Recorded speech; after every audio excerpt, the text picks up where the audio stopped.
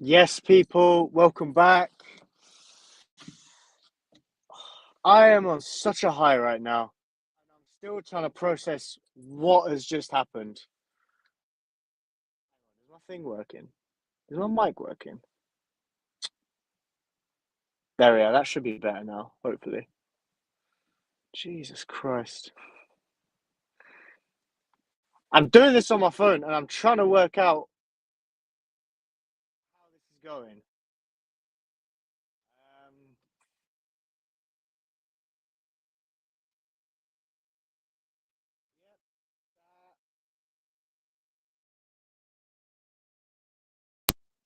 Is that going to work? Yeah, it looks like it's working now. I guess we're running with this. Right, technical difficulties aside. Right, I cannot believe what I've witnessed. I cannot believe what I've witnessed. I'm so high and I'm just trying to process what's just happened. I don't think I've come down from this high yet. And I'm not going to lie, I'm not sure I want to because United have gone to the Emirates, a ground Arsenal treat like private property, and walked out with 3 goals, 3 points, and authority. Back-to-back wins against City and Arsenal. It just don't feel real, but it actually is. And the adrenaline was just running so high. I had to pull over and do this because I'm just so gassed. This is the sort of buzz that makes me just, say anything and do anything. I can't let it settle. I haven't felt this way about United in a long time. I haven't felt this way about United. And let's be clear about the context here. Let's be clear about it. 6 points from City and Arsenal, right? No European football to like juggle or anything. League full of inconsistency. Top four, it's not a fantasy anymore. It's on the table. It has to be. The squad has been massively undersold. I've been gaslit to believe that. The last 2 matches have proven that. And today wasn't about like projections or tables. It was about what this team is when there's belief there. And I think like I've been gaslit even before the season started about what we were last season.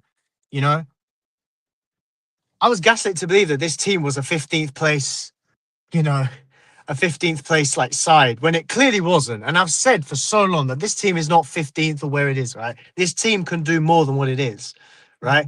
And I know it's big games. I know people make that it's not a good City side and it's an Arsenal side that even though they're top, they're not actually that good to be top, really. But regardless, it's, and obviously we turn up in big games all the time. We do.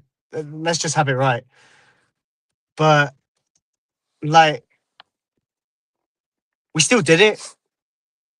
We still did it. Like, I'm not going to rewrite history, right? Let's be honest. The opening 20, 25 minutes, I was so uncomfortable and we looked tense and passive and a bit unsure. And Arsenal had territory, not danger, but United hadn't settled yet. Then, like, something shifted. The players started showing for the ball. Passing lanes opened, confidence crept in. And, once United began applying pressure, Arsenal started making mistakes because pressure doesn't need domination to be effective. It just needs commitment. And to be fair to Arsenal, they look solid. Against teams like this, the chances are rare. And you know what? United needed to take their chances today. And you know what? That they did. Like the goals mattered so much. Now, I'm not going to overcomplicate it. Dorgu strike, no debate, no VAR nonsense. That was a goal. Like, don't. When I saw VAR were looking at it, I was scared because I was like, that was such a good goal. And I never sold my Dorgu stocks. And I'm so happy I didn't. Right? I'm not going to say, oh, I was right all along. None of this bollocks, to be honest. Dorgu obviously looked like an average wing back. Now, I always thought he had the makings to be a good left back. I think the way he played, I mean, there was still stuff that needed refining, but he just had the makings to be a good left back in a four. And we're playing him in this left wing kind of hybrid role further inside. So good again. And that goal, this is what confidence does to you, man, because when he hit that, I was like, what the? I couldn't believe it. And then the way it crashed in off the bar made it extra satisfying. And I could not believe it. I haven't screamed watching a United game in my living room for a little while, right? I was working last weekend, so I had to watch the City game from work, sadly. But my God, today. And then Mbermo, he does what he always does, not just big games, any game. He just delivers output. He's all about the efficiency. We haven't had a player like that in ages. Cunha, another cameo, man, that changed momentum. You know, back-to-back games, he comes in and impacts off the bench, and it really suits him. I don't want to say he's a bench player forever, but like it really suits him, man. Coming off the bench, he just does things. He just changes stuff around. You know what I mean? It's just it really because he comes on. He'll run with the ball. He'll keep the ball. His link up play is so good. And then when he got the ball and came inside, man, you know, you got Arsenal fans on watch alongs just being like, don't shoot, don't let him shoot, whatever. And I'm at the same time going, he's going to shoot the space. And he hit that right to where he wanted to hit that, man. It was such a good goal, you know. These weren't scrappy moments. These weren't, you know, these were decisive actions, man. United didn't bundle those goals in; they earned them. This was football, not chaos. Casemiro, respect, man. 2 games in a row, controlled Rodri. He outdid Declan Rice. And what I think people won't talk about is his passing between the line. It was brave. His reading of danger was so good, but like his his forward progressive passing, man, his vertical passing was so good. You know, some of them first time as well. It was so good, man. And I worry we might find it difficult to replace that after he leaves. I'm kind of sad he's leaving in the summer. And I personally think that his transfer needs to be looked on more kindly. You know, he was immense when he came in. Yeah, there was a rough patch in the middle where we thought he was off to Saudi or MLS or retirement, but he's just yeah, he's been mint for us overall. Come on. There's no denying that. And like you know, his game management, you know, fouls, positioning, tempo was just textbook. You know, and I think Carrick deserves enormous praise as well. Like not for vibes, for decisions. You know, there was game state awareness, you know, composed touchline presence from himself. Um, you know, the subs that came on that made sense. And you know what? Yeah, bringing Dorgu off and bringing Sesko on, you bring it on. You know, there was no sentimentality. He didn't cause chaos, didn't chase it, but you know, he managed the moments quite well. You know, bringing on you know Sesko for Dorgu. You know, some others would go, okay, let's go for maybe a more defensive option potentially. But honestly, like you know, I heard a lot of talk about his Borough days. His game management sometimes was not that good. But in these 2 games he's had, they've actually been quite good. You know, and that's 2 good managers beat and 2 different game plans as well. 2 different game plans with the same clarity. You can see the buy-in already from everyone at the football club. You know, Arsenal had possession and they didn't have solutions. You know, like I said, for the first 20 minutes, obviously I was getting a bit worried, but like Arsenal didn't have solutions. And when they made those 4-man changes, Arteta you could tell his head was on Mars, right? And Arteta does, you know, even with the throw-ins, their throw-ins, man, their throw-ins were insane because, like, by the way, you guys in the comments, I'll come to your comments in a moment. I just want to have my kind of reaction, right? Big up to you guys watching. Yeah, I appreciate it. But, like, when he brought on, you know, Gyökeres, Marino, Eze, the reason I bring up the throw-ins, right, is because every throw-in they had, there was like no urgency about it. It was quick, quick, quick. Okay, let's get back into position for where we're going to throw it, what we're going to do, etc. And it's like you've got a couple minutes left. You're losing 3-2. Get it forward. You know, this manager, right, Arteta, right, 6, 7 years at the football club, right, and all the changes were like for like. The only thing he changed, right, was change whatever who started the right hand side, Timber and Saka. Move him to the left. All the changes were like for like. Marino on for Zubamendi, midfield change. Eze on for Odegaard, a change at number 10. Madueke coming on for Trossard, a winger change. Hincapié off, White on. All like for like changes, no risk, no kitchen sink, nothing. If it were me, I mean, to be fair, actually, I would have said if it were me, I'd put Eze Odegaard on together. Absolutely not. I don't know what I was talking about there. I don't think I've seen a captain subbed off as frequently as Odegaard. I tweeted Lee Gunner in Igal today. Two big names for different reasons in the Arsenal like social media, like fan base, whatever, right? One Lee Gunner, right, has always talked about Zubamendi being a threat to Arsenal in front of their own box. The first goal proved that. Even the second goal. Odegaard, right? Igal was bantering Bruno about how I can't remember what he said, but I was like, bro, your captain Odegaard didn't even see 60 minutes, didn't even see an hour. Odegaard, Saka as well. They've been having stinkers for a long time now. And I think these top gooners are actually starting to see it now. And fair enough. I know match-going fans who are starting to get frustrated with Odegaard and Saka. They've been stinky for a while. They've not been good for a good while. Do you know what I mean? And I think Eze came on. I wanted to see more risk just from the Arsenal team.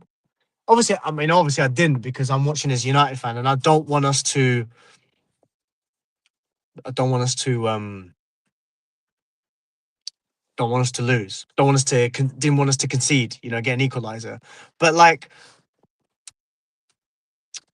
it was there was no risk. It was very, there was a point where they were just passing around around our back line, but they couldn't do anything with it. And United defended as a unit and, sprinted back in transition, closed spaces instead of diving in.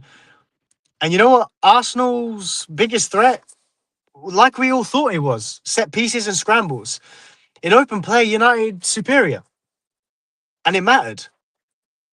This won't be perfect every week, right? There'll be bumps. The litmus test is next week. How we do against the smaller sides. Reality will test again, but today, just enjoy what you saw, man, because United didn't, again, for the second week in a row, United didn't sneak a result. We didn't just go to the Emirates, survived. We owned it. And for the first time in a long time, like that felt completely natural. So, yeah, just enjoy it, man. Just enjoy it. I'm going to come to the comments now. We are smoking the dance floor pack. Big up to you, Keen, man. Big up to you. Anyone who isn't sub to this channel, go, man. This guy knows ball, man. Honestly, Blackchester United, black kit, dance floor of the Emirates again. Oh, mate, it was so good. A big up to Marcus. Brilliant result. Oh, man, it was such a brilliant result, man. Honestly, that was such a good result, man. Honestly, Casemiro and Varane have both been really good signings, especially Cas, because unlike Varane, he stayed fit. Yeah, he has. And I think the one game a week this year is obviously really helping. But I think what's good as well, at the start of the season, I said that the window was, 5 out of 10, 6 out of 10? Because for a wing-back system and for the midfield, we had no midfield partnerships, no combinations that were sustainable and in that Amram system. And it was almost malpractice. It was almost malpractice that we didn't sign another midfielder. Obviously the system changed now. And now we look competent again. And I think, like I said, the one game a week is helping Casemiro a lot. And I think he's just so good, man.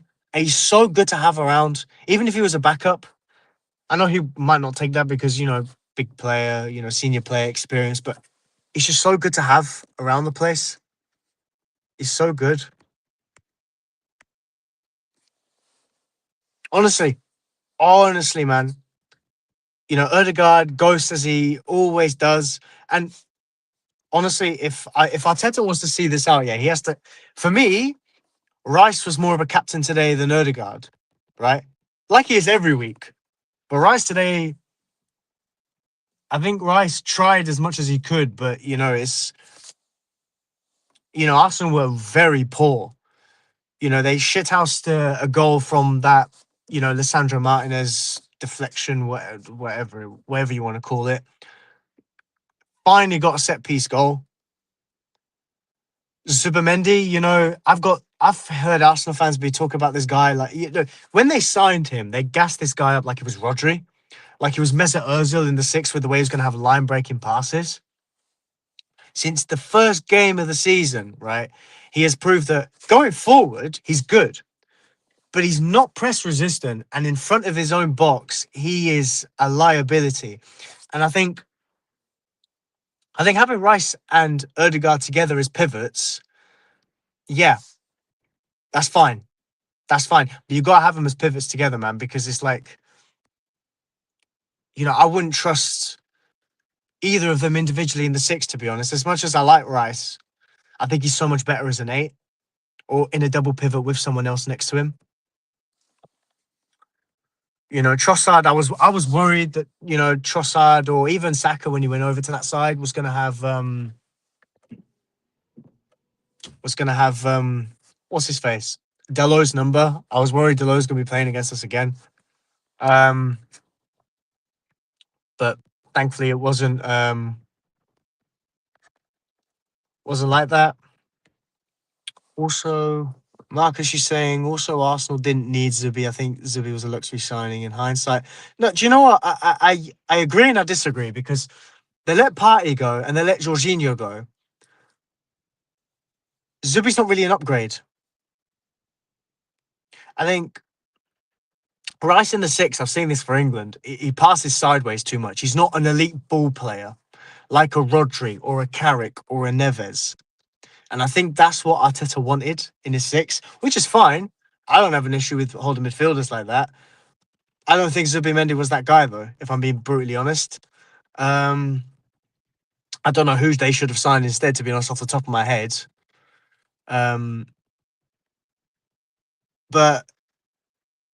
But yeah, I don't think. I think the biggest problem is the way that I've got Arsenal fans bigging up this guy like he's the best thing since like Jesus walked on water. Do you know what I mean? I've got Martin Keown saying things like, "Oh, Supermendi," and just stuff. I'm like, what are we doing? Like Martin, bro, what is he like in his 50s? Surely, in his 50s, and he's saying stuff like Zubimendi, more like Supermendi. Am I right? Eh? Eh? Come on, man. What are we doing here? And speaking of Keown, he picked Odegaard over Bruno in his combined 11. What are we doing here, man? Come on, be serious, right? You might not, like, no one has seen a good Martin Odegaard performance for, I want to say, at least 2 years. Arsenal play better this season when Odegaard's not in the team. They slapped up Bayern without Odegaard. Odegaard comes in, he passes to the left too much. He's such a tempo killer, man. He slows everything down. And do you know what I mean? And it's like, Arteta needs to drop this guy if he wants to see this out, and he needs to strip the captaincy off him, man, because he's not captain material in my opinion. I'm just not convinced by this guy. Yeah, exactly. When was that? What was that? Over 2 years ago, like I just said.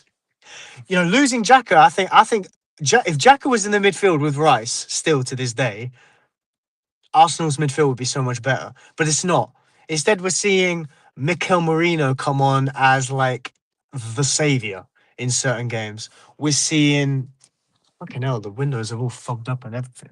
We're seeing obviously we saw Partey and Jorginho, do a job, but like Zubimendi just ain't it for me.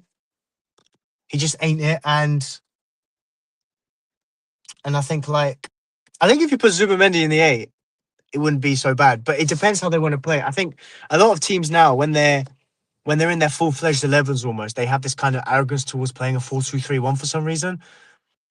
Two of my favorite teams to watch growing up were Jose's Real Madrid and Jupp Heynckes' Bayern. That all played a 4-2-3-1. Yeah, okay, Jose played 4-3-3 in certain matches. Would bring in Lassana Diarra over Ozil in like big games, for example. But like, I think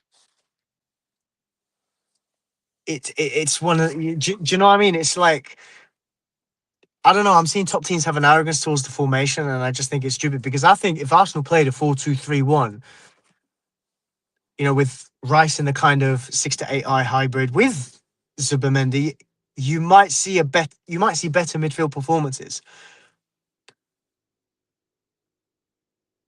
But I just think that I I mean I was having a debate with who was I was having who was it? I think it was my cousin's an Arsenal fan, right? And the frustrating thing is about this, right? He's been away all weekend, and I've not really heard from him all weekend, right? And I know he was confident that Arsenal were going to win against United, right? So I've not really been able to banter him about this or be shameless like he would be to me. But I was having this debate where since the start of the season, I've predicted the City are going to win the league, and I still think that Arsenal will bottle the league just because I think there's so many opportunities in the last like couple of months where they should have capitalized, and they should be probably 11 points clear now going in today, 12 points clear, and they're not taking advantage of results elsewhere, and I think that's quite um it's not good. And when the pressure's on them to have to win, they don't do it. You know, played for a nil. The first 20 minutes, half an hour against Liverpool at home, they were at it, and then they played for a draw for the rest of the game. Liverpool had no forwards. I think they're the only team this season to not score against Liverpool. A poor Liverpool side, and it's. And I was just saying to my cousin, like, you've got too many things that just aren't sitting right with me everywhere. You've got a forward line where no one knows what the first choice striker is, let's be honest. Because, the Gyökeres signing is just not working with them. That's not to say Gyökeres is a bad signing. We're seeing too much about, his first touch is this, his linker play is this. If you just don't give him the ball until he's in the box and you go, right, ball across, Gyökeres is. I heard Arsenal fans saying, oh, we're going to supply him so many chances he's going to score. We're not seeing enough service. Yeah, he can do a bit more, to be fair. But I've got more of an issue with the fact that the system doesn't play to him. In which case, it was a stupid signing in the first place.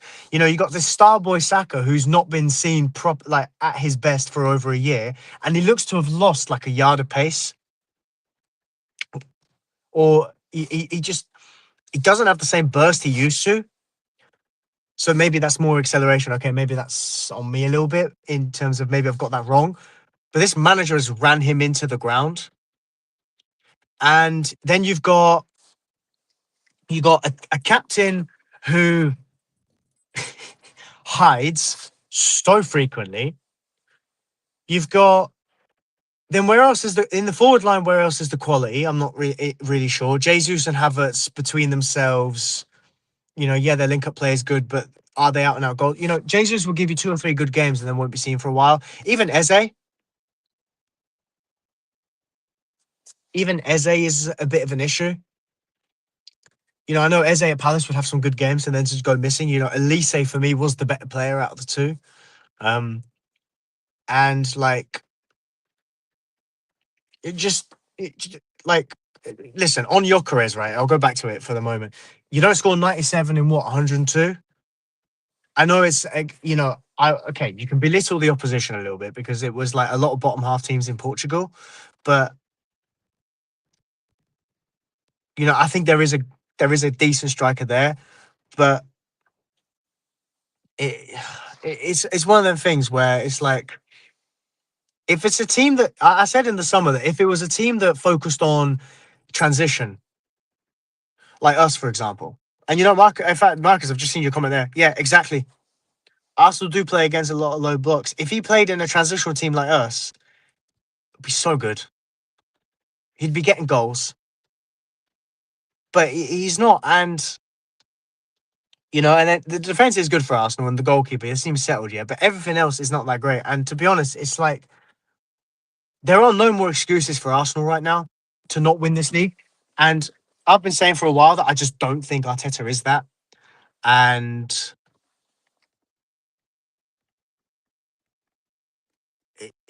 this guy has bottled every race he's been in for the last 4 years, and he might do it again for a fifth year in a row. And he bottled top four. He bottled three Prem races. Well, actually, he bottled two Prem races and then didn't even turn up for the third one. And now that he's in one, there is 4 points is the gap. I know it was Wolves yesterday, but City were looking fluid. Arsenal can still crumble against other teams now. So like, watch this space on the title race. To be honest, it's going to be interesting. This here, yeah, big up my man. Exactly. I'm not hearing the songs anymore. I'm not hearing the songs. He is serious questions need to be asked about him in their fan base because like I said, I saw people the way people talked about this guy honestly for a good while, and then you get other fans who would be called negative are telling you no, he's not that. He is not that. And I think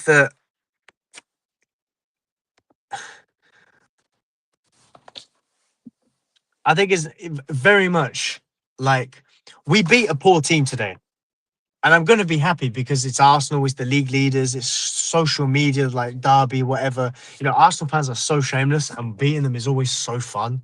It's so funny because they're headless. I'm already seeing ref agendas out there already, right, for that Maguire handball thing. And like, his arm is low.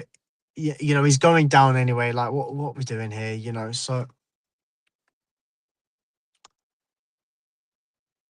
but yeah, it's honestly, it was a very good game to watch. And I think, well, I say very good game. We performed very well, and I think that's two games against two decent sides. Let's have it right now.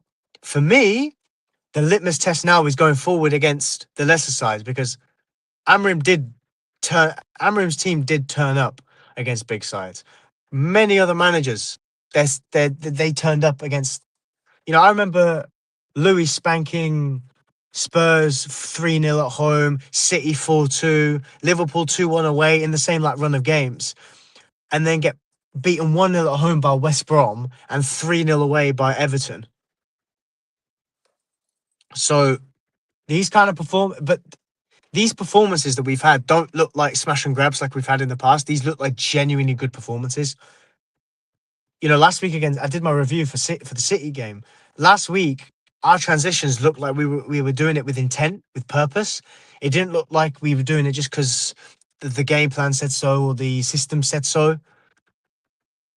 Um. So yeah, I'm really happy with that performance. But I'm so like Michael Carrick, bro. Like, you've changed my life in 10 days, basically. 10 days he's been with this team. You've changed my life, man. I want to feel like this every week, please.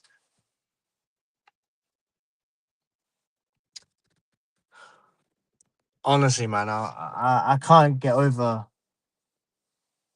how happy I am, man. I had to pull over and I couldn't not talk about this. I had to pull over. Honestly, man, it was such a good it's such a good vibe, man. I'm almost lost for words. I don't know what to say now. I don't know what to say because I'm so happy. I'm on this high. I'm not coming down from it. Do you know what I mean? It was so good. I should have done this with the shades, to be honest, but it's dark and I don't think I'm shameless enough to put the shades on whilst I'm in my car in the dark in a car park near my work, near where I work, actually. Nah, man, honestly, I couldn't.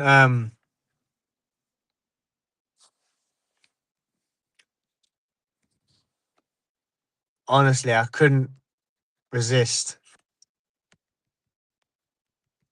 I had to.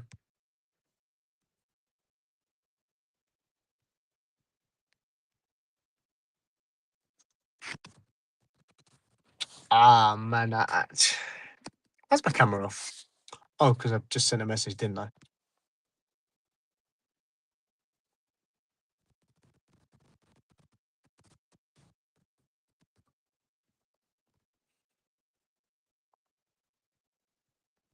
I'm just looking for the comments here, man. Just looking for the comments here, seeing where if I've missed anything. I agree with Marcus, bro. If you're still here, man, I agree with a lot of what you said here. Honestly, and that midfield three really was basically the catalyst for them, and in that title race, and they just not really looked the same since. Honestly, man, I'm so happy. I'm so gassed we beat Arsenal, man. Honestly, it's because obviously I was born in the year 2000, right? I was born in the year 2000, and obviously growing up, a lot of there was a lot of that Arsenal and United rivalry. That's not to say I hate them more than City or Liverpool, because I hate them all kind of. I think City you care about a little bit less compared to the others, right? But compared to Liverpool and Arsenal, but the way Arsenal fans are, for example, it makes you want to see them lose more. Like the hate watches are fun, just as a rival fan, Um, but honestly, like in terms of like the team selection, I wasn't surprised that Carrick kept it the same. I wasn't surprised Arteta kept Jesus in. And it kind of worried me when I saw that, because it was like, I hope Jesus goes off like 20 minutes into the game, but I know that he's more effective in the system that Arteta plays than Gyökeres is. Um, and because I was umming and ahhing, like I was thinking of, because I was having discussions obviously with other United fans this week, and they're thinking, oh, do we put Sesko in? Do we do this? Do we do this? And I'm like, I don't know if I put Sesko in, only because it could work in favor of keeping the defenders occupied, so that other players, have opportunities, and there's less notice of them a little bit. But at the same time, excuse me, at the same time, I felt that I felt that like maybe, because I know Gabriel loves playing with centre forwards. I feel like Gabriel would have loved just playing with and focusing on Sesko, and it would have it might have even hindered us a little bit, with that option. Um, I'm glad that he went with Carrick. That he went with the same 11. I actually, to be fair, I wanted Mazraoui to start, um, but he didn't. And obviously, Mazraoui came on at the end of the game. But yeah, man, like even Kobe a bit quieter today compared to last week, but still when he had it. And those rondos, yeah, those 1-2 touch play. We've seen it before against Arsenal, where they crumble against teams that do the 1-2 touch play like that. And it really paid off for two of the goals today. So honestly, man, like it's just because it's Arsenal. Do you know what I mean? It's Arsenal. It's Arsenal fans. Do you know what I mean? It's on their home turf. Like I said, they treated that gaff like private property. You don't turn up and knock 3 goals in and walk away with 3 points like that. And like as much as I can sit here and be like, yeah, I had a good feeling about the game, like going into it today. Yeah, of course I did. Confidence from last week, belief. As much the players would have had the same thing. The players are playing with confidence, with belief. Do you know what I mean? But and you know what is interesting actually?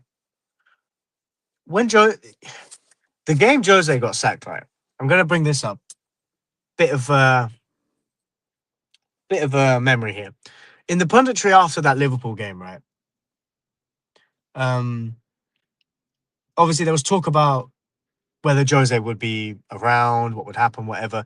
And Roy Keane said the most interesting thing. I think they discussed about if a new manager was to come in that moment in time or the end of the season. I can't quite remember, but he was basically saying that, you know, because they'll talk about if Jose was to go now, if someone was to come in next 5 games, or if Jose was to stay the next 5 games. I think there was like Cardiff, Huddersfield, Bournemouth, Brighton might have been in there as well. I can't quite remember.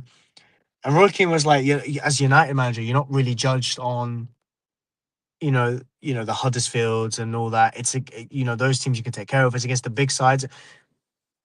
Brother, that was the end of 2018. We are now just over 7 years later, and we are in a position where I have to judge how the team I support plays, because I know we're going to turn up in the big games, and it's the lesser teams that we can't do it against.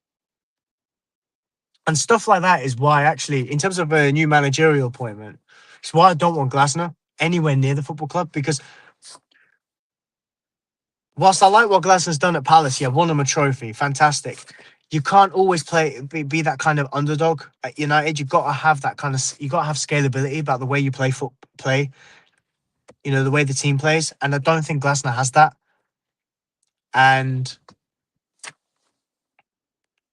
like, I want to see what Michael Carrick does this, and Steve Holland and the other coaches. I want to see what they do with this United team. I want to see what they do post, like post the big teams, with the lesser sides. You know what? We've got Fulham at home next week. I know we won, and I'm going to be so happy, but 1 game a week is so long to wait till the next game. Like, I can't be doing another season of 1 game a week. It's got you know what I mean? And the fact that top 4 is on the table now, for me, it is. After those 2 results, I was having a debate with someone about. I was chatting to my good friend Reese. Right, shout out World of Football podcast, the weekly Steel Chair for his wrestling content as well. And he agreed with me. And I was saying this to him. I was like, the league this year is not competitive. I know everyone around each other is kind of. There has been a fall off in the league, but it's not like everyone's competitive now. It's just the league is crap, because the amount of times this season that results around us have gone our way and United haven't capitalized. And it's the same with Arsenal as well.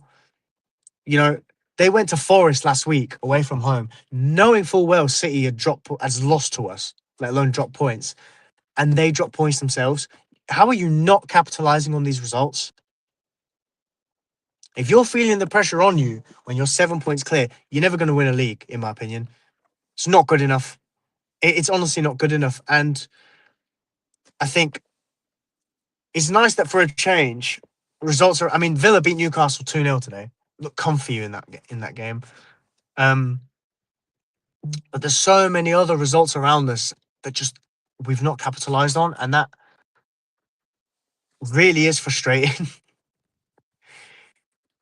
Honestly, like, it's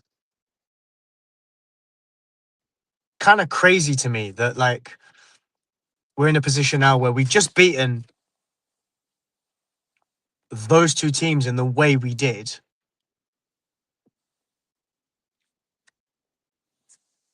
We've just beaten those sides the manner that we have, and I'm still sitting here like, okay, but as happy as I'm going to be for the next week, I'm going to wake up tomorrow, I'm going to be so good. I was going to wait till tomorrow to do this, like I always do. I always wait till the next day, because if I'm buzzing, if I'm on this crazy high of good results or the crazy low of bad results, I don't want to sensationalize. I don't want to be over dramatic with what I'm saying. But I had to. I was just so happy from that result. You know what I mean? Just watching that game, it was so organized, so well organized. We defended very well, and I just remember, I think around the 70-minute stage where we had the ball and we had possession for a bit, and we looked so in control. We just passing it around, just so chill. Almost took them like for like dog walking with that one, and I was so annoyed when we conceded that set piece, because I thought we were going to see out a 2-1 win. And then obviously Cunha rocked up and got bagged one, and it's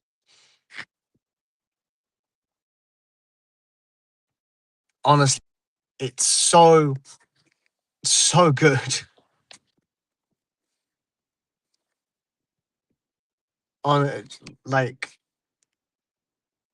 I still I still don't exactly know how to put it into words. To be honest, I still honestly it was so good. I still don't know how to put it into words because it's like, yeah, I've just given my analysis for it. And if you're new, if you're just tuning in, whatever, go back and look at what I said about it. Do you know what I mean? But it's like it was such a good result, and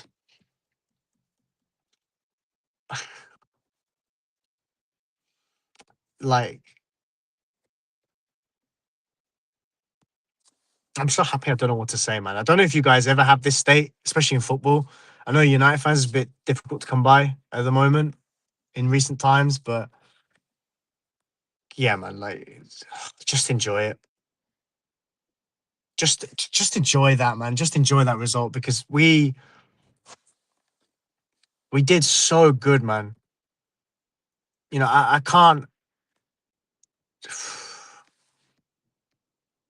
Like I said before, the league is full of inconsistency, right? The top four is not fantasy talk. We have to go and get it done. And for those guys out there, yeah, for those guys out there who try to gaslight me with this team, like trying to say, oh, this team, I've been gaslit into believing all sorts of things about this team, man. Like Kobe Mainu when he broke through, I've been told that he's only had one good game in 18 months, and that was the City game. He broke through. Maybe he was never actually that good. Just a good start, a good kid who broke through, but he's not actually been good. He's been washed. Do you know what I mean? All sorts of crazy things. This team is where we're supposed to be. We've improved on last season. The XG is better. We're creating better chances. Yeah, cool. We were also on course to concede our most goals in the Premier era, I think, let alone ever, right?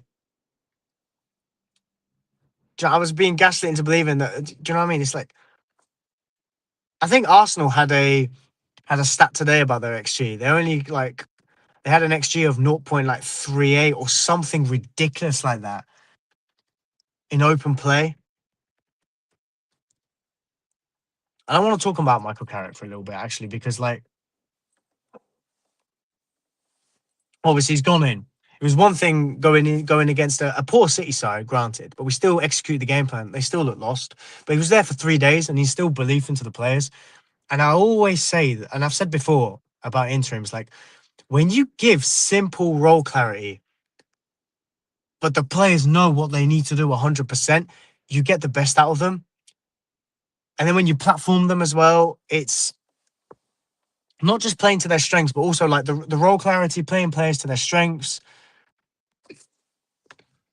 It really, really shows in the players' performances. There's already a buy-in for it. Now, I've already had the conversation. I'm seeing obviously everyone's going like get the contract, put it on the table, write the numbers.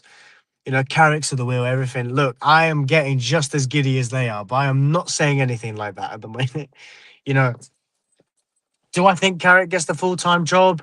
I don't. I think if Sir Jim has anything to say about it, I think he'll say no personally, because I remember he did an interview just after Ollie got the gig permanently, and he said that was a mistake.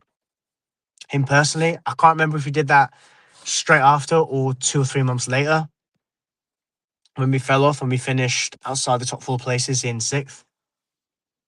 But notwithstanding that, like if United make Carrick permanent, like for me, there's two factors for me that gets Carrick the job, right? One being if he wins 75-80% of his games minimum and shows that against the big sides he's got a game plan, against the lesser sides there's a scalability in style of play, and we actually look good as a top side, that gets him an interview next to the likes of Tuchel, Nagelsmann, even Enrique. That gets him into consideration. I don't want these young hipster coaches personally. Personally, for me, I might do a separate video on this, right? But for me, I think United, Barada and Wilcox and Vivel and everyone else on the board, they need to figure out what they want. Do they want a youth project, which was what Arteta was supposed to be at the start, or do they want someone to come in and just win? Yes, okay, you can get a balance in between the two, promote young players, youth courage, succession, whatever. But simply put, the manager, the coach they hire, I think will be a testament to that. And they need to figure out what it is they want to do. I think if you get Carrick in, I think if Carrick does well to the end of the season, right? I'd rather he leaves on good terms. If he wants to stay on his coaching staff with Steve Holland, absolutely. I'm all for it with those two. Otherwise, go for elite coach like a Tuchel or a Nagelsmann. I mean, I actually really rate Nagelsmann. And I think I think my elite coaches would be, or managers would be Tuchel, Enrique, Ancelotti, someone else in my head. Like mainly those three, probably. I'd only put Nagelsmann just below them on the basis that I think Nagelsmann be a coach, or be a manager or a coach where he's here for about 5-6 years. Maybe he doesn't win a league. He gets us challenging. Maybe he doesn't see us over the line. Maybe wins a trophy or two, hopefully. But I think, but I actually think personally, as much as I love now, I actually really like Nagelsmann. Do you know what I mean?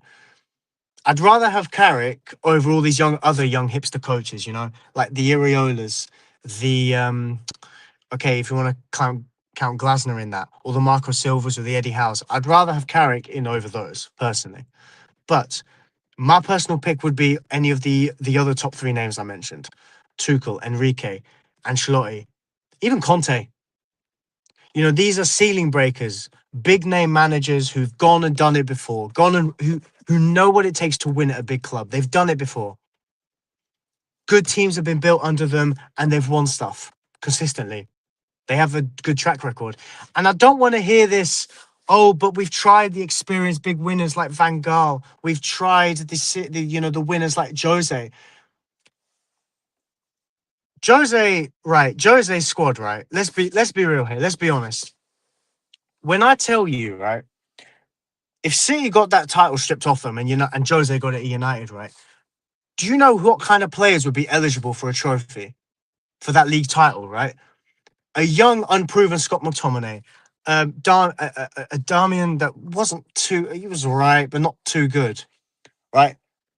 A centre backs that really, Jones, Smalling, Bailly, Rojo, all pretty much wanted to be cast out within 2 years, right? As solid as they were under Jose, fair enough. That's him polishing what he had as best as he could, right? But statistically, right, I don't want to focus on XG, but there was all sorts of underlying data that season Jose finished second should have actually finished like fifth or sixth. There were times where United outperformed their XG. So what I'm saying is the fact that Jose finished sixth, second, sixth when he left us in sixth. Sorry. Reality is probably should have been sixth, fourth, sixth. Because data doesn't take in like certain intangibles. And like the squad that Jose had was kind of mismatched and not very good. The defense, there was, the quality of the defense was not great overall. We had some good attacking players, but we didn't have a right winger. The team wasn't settled. We had a midfield three that was quite good of Herrera, Matic, and Pogba. But I don't think Jose's system was platforming Pogba that well. When you pay £90 million for a player like Paul Pogba, you get the best out of him. And I don't think we were defensively solid enough as an entire team, especially in the defense, to be able to give him that free roaming role. Do you know what? I'll give Jose credit. What he did was he rotated between Rashford and Martial to keep them both hungry. And I think Sanchez coming in messed that up. Sanchez was a whole other thing. For me, you had to play Sanchez centrally. Was never going to get in over Lukaku. on a regular basis. Lukaku getting fat and bulking up as much as he did, not helpful. And like I said, we had discrepancies. Do you know we had discrepancies around the team?